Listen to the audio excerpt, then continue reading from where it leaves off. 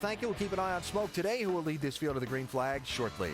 There have been some big off-track news stories this week, including a couple of drivers being fined by NASCAR for comments officials considered detrimental to the sport. We will discuss it shortly. But up next, Jamie McMurray ready to go racing at Pocono after a busy week celebrating his Brickyard win. A win that gave his team owner Chip Ganassi a rare racing triple crown. Checkered flag in the air. The 52nd Daytona 500 to Jamie McMurray. That was so awesome. I told my wife today, she's like, if you win tonight, oh, I'm gonna cry. It's unbelievable, really. I can't explain it. The question now is only about fuel. Frankitti's last lap at only 208 miles an hour. Take your time. Everyone in the grandstands are on their feet. Checker flag. Well done. Well done, boys. Chip has won the Daytona 500 and now the Indianapolis 500. Chip Ganassi, he knows he's this close to making history. Jamie McMurray is going to win Daytona and the Brickyard 400. Yeah! Yeah!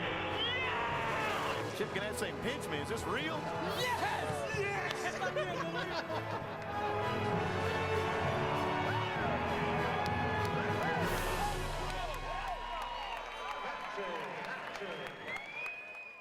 Earnhardt Ganassi Racing, and specifically for team owner Chip Ganassi after his big Daytona Indy Brickyard sweep. Ganassi, of course, began his career as a driver. He raced in the Indianapolis 500 5 times. Now he has 4 Indy 500 wins as an owner or co-owner.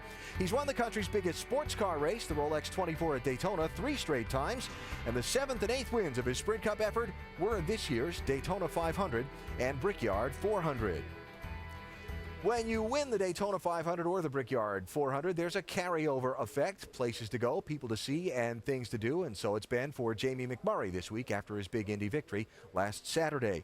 McMurray ran the gauntlet for a second time this season, and while he was doing so, reflected on the amazing experience the last 12 months have been for him, from out of a ride to outstanding in the sport's biggest races.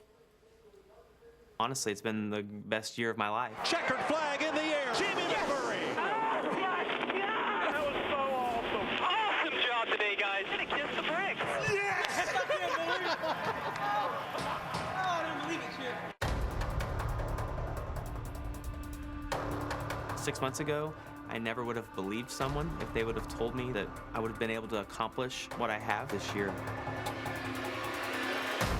At the end of last year, really with 8 to 10 races to go, I had no idea where I was going to end up or who I was going to be driving for.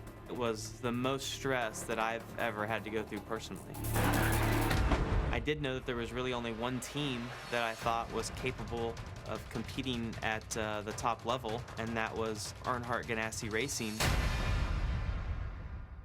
I just have been really fortunate to get hooked up with a group of people that I feel like believes in me, and we've been able to show our ability. I feel like I'm being paid back for the tough times that I've had.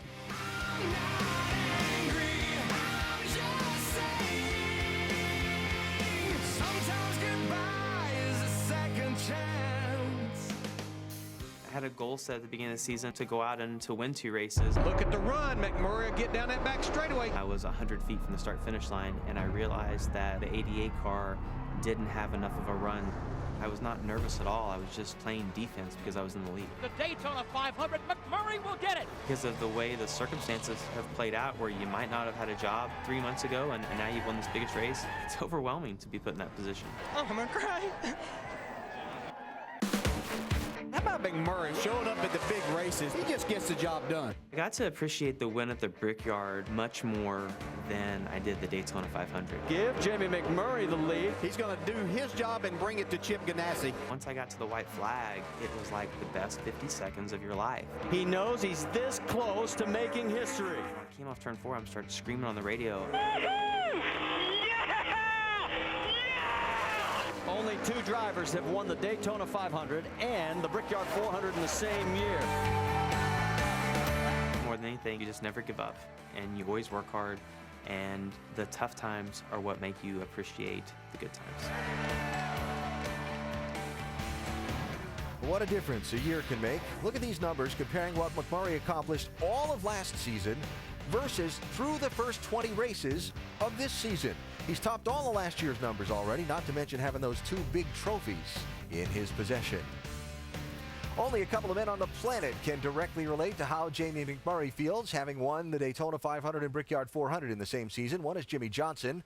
The other's Dale Jarrett up in the broadcast booth getting ready to call the race. DJ joins us now. DJ, can you give some perspective on how difficult and meaningful this accomplishment is?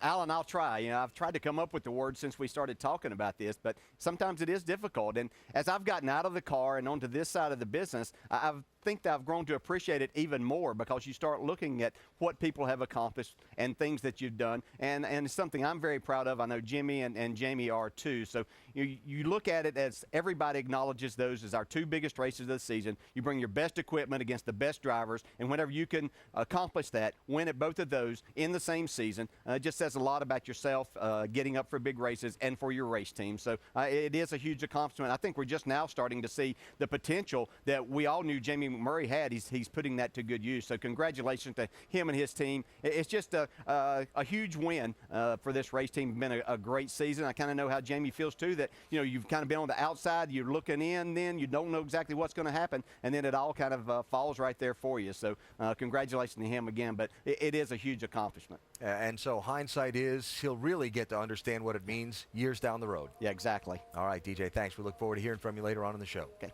Rusty, Brad, when you look at McMurray's numbers this year, he's got the 2 wins and a few runner-up finishes, but a lot of finishes in the 20s and 30s other than that. What does he have to do to go from being Majors McMurray to being a more consistent contender to win? Well, he's just got to finish the deal out. He's got to be careful the first half of the race and get the car handling throughout the event so he can have those good finishes at the very end. But I will point out one thing, guys. Those 20th and 30th place finishes that McMurray had in almost every single one of those races, he really ran good. He just didn't get to finish. A crash, a bad pit stop, or something like that. This guy's been running really well throughout all these races, and now he's got those 2 big wins. He just needs to smooth it out a little bit and be more consistent. He's got the speed. Yeah, let's give Chip Ganassi and Felix Sabates, his car owners, a huge pat on the back for looking at this young man and giving him another opportunity. And we just have to be realistic. The stars have lined up this year for this race team. They've taken great advantage of it. They've won the big races, but they've been off on some races. So now it's been a surprise to them. Next year, when they get ready to go to Daytona, they're going to have to look at the year and say, we're capable of winning every time we go out the door, so we have to be better prepared throughout the longevity of the season to get better finishes. Right now, the stars have just lined up for this race team. Capitalize on the confidence. That's right. And roll it forward. All right, the other Ganassi car, Juan Pablo Montoya. For a 2nd straight year, he led the most laps at Indy and didn't win it. 2009, led 116 of the 160 laps, had that speeding penalty, wound up finishing 11th. Then last week led 86 laps, pitted from the lead with 21 to go with everybody else. Got 4 tires, but 6 teams went for 2. Montoya restarted 7th, and a few laps later wound up in this crash, and he finished in 32nd. Does that have an effect on this team and driver going forward? And if so, what? Other teams maybe, but this team, no. I mean, it's amazing how Chip Ganassi said he can get over this real quick. And Juan Pablo Montoya said he's over it. In fact, he's come here to Pocono. He's qualified on the front row. He's 2nd. And I tell you what, I couldn't do that. It would linger with me for a long time because the race is so big. Yeah, I don't know if I totally buy that. Maybe Juan's able to get past it somewhat, but Brian Patty, his crew chief, and all those crew members, they're not going to be able to get over this. Last year, they had it in the bag. This is an opportunity to win a race at the highest level. It's very, very difficult to come out here and beat these guys week in and week out, and they have yet to do that. It's going to stick with them for a long time. After last year's Indy trouble, Montoya came here and finished 2nd in the race. He starts 2nd in this one. Go get him. 2nd quickest in qualifying on Friday. J-Ski News and Notes now. Hendrick Motorsports has signed Steve Letarte to a 3-year extension to remain as Jeff Gordon's crew chief. They also named Marshall Carlson as team president. Carlson, Hendrick's son-in-law, has been in team management for some time. The Indianapolis Motor Speedway announced they've slashed ticket prices on selected seats for next year's Brickyard 400. The track saying the race is important to them, and they will work to rebuild it. And JTG Daugherty Racing and Marcos Ambrose will part company at season's end, with former champ Bobby Labonte named to drive the number 47 car next year. Comment from the team co-owner? So excited about having Bobby Labonte in our organization next year. Jody and Tag Schechter and myself, we really think he can take us to places that we're trying to go as a team, so we're very, very excited. Also want to wish Marcus the best of luck as he moves on and tries to follow up on some endeavors and some things that are close to his heart. So it's a good move for both teams, both parties, and we're looking forward to going racing with Bobby Labonte. All right.